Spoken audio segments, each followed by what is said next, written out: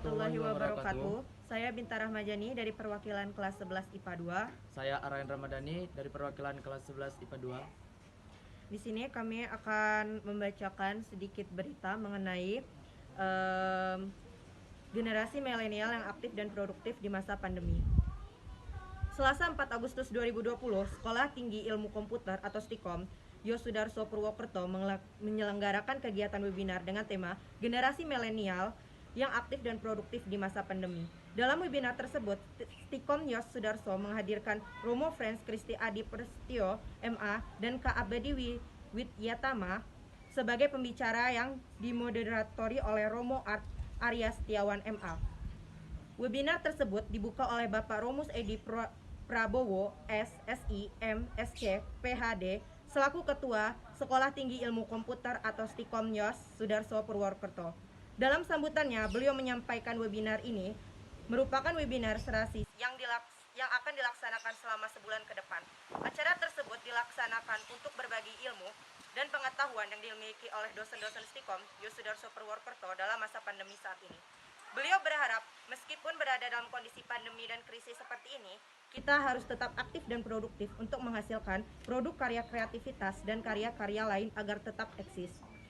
Acara selanjutnya dipandu oleh moderator yang membahas mengenai pengalaman-pengalaman di masa pandemi ini. Di satu sisi, banyak yang merasa mempunyai keterbatasan, tetapi di sisi lain, pandemi bisa menjadi berkat bagi banyak orang yang dapat melihat peluang. Pembicara pertama, Romo Frans Kristi Adi Prasetyo MA, merupakan Ketua Komisi Kepemudaan di Keuskupan PWT yang selama masa pandemi aktif dalam kegiatan-kegiatan online atau daring. Komkep adalah komisi kepemanduan sebagai perangkat yang mengurus anak-anak muda. Keberadaan Komkep ini untuk mendampingi anak-anak muda supaya tumbuh dan berkembang. Sebelum pandemi, kegiatan-kegiatan yang dilakukan adalah berjejaring, kaderisasi, serta pembuatan modul untuk regional Jawa, Indonesia bahkan dunia. Kegiatan lain yaitu Youth Day tingkat keuskupan nasional di dunia yang dilaksanakan secara berkala selama 4 tahun sekali selama pandemi seperti ini. Apa yang dilakukan Komisi Kepemudaan untuk kaum muda?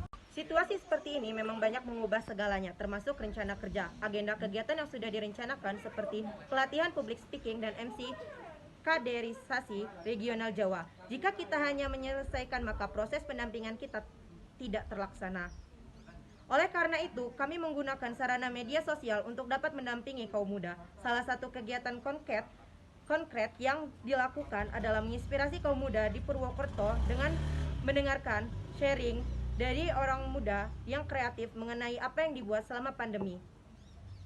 Menginspirasi orang-orang muda dengan sharing dari orang-orang muda seperti penulis, penyanyi reggae dari Kebumen atau Katolik, dan YouTuber agar orang-orang muda bukan hanya menjadi user tetapi bisa kreatif menjadi kreator. Pandemi tidak menghentikan kreativitas anak-anak muda. Apa yang menjadi tantangan saat ini? Tantangan saat pandemik ini yaitu belum semua orang melek teknologi, dengan beberapa daerah tidak ada akses internet.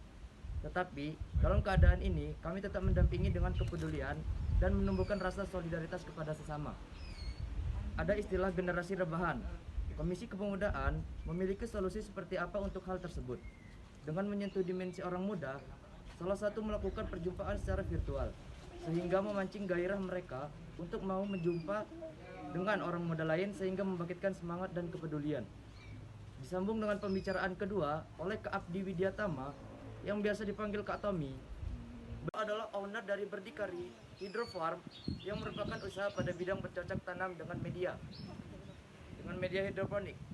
Nama Berdikari diambil dari salah satu judul pameran tugas akhir yang berarti berdiri dengan karya. Karya bisa dengan bentuk apapun, tidak hanya dengan foto, film, dan semacamnya. Tapi bertani juga merupakan salah satu karya. Apa sih alasan memiliki hidrofarm? Karena kegiatan tersebut muncul dari hobi yang diajarkan oleh ibu waktu saya kecil. Hasil dari tanaman ini untuk dijual. Beberapa cara dilakukan untuk pemasarannya, seperti saat sebelum pandemik dengan cara promo ataupun turun ke jalan, buka lapak di alun-alun saat CFD dengan memasang banner. Tetapi setelah adanya pandemik semakin diuntungkan dengan melakukan promosi melalui media sosial, memiliki branding sendiri di IG dan FB untuk memasarkan. Bahkan 70% orang mengetahui dari Instagram, income dari usaha ini adalah kebahagiaan. Di samping itu, secara materi menghasilkan sebesar UMR. Setelah berjalan, sekarang bisa mencapai 3 kali lipat UMR. Tantangan yang muncul lebih ke market atau pemasarannya. Untuk menangani hal tersebut, kita memasarkan ke pasar, swalayan, dan ibu-ibu yang sekarang bingung membeli sayur di mana. Jadi, lebih melakukan branding sampai ke ibu-ibu rumah. Dengan cara melakukan mengantarkan produk sampai ke rumah. Jejaring sangat bermanfaat sekali dalam usaha karena jejaring bisa menjadi peluang besar bagi kita. Mungkin sekian berita dari kami akhiri.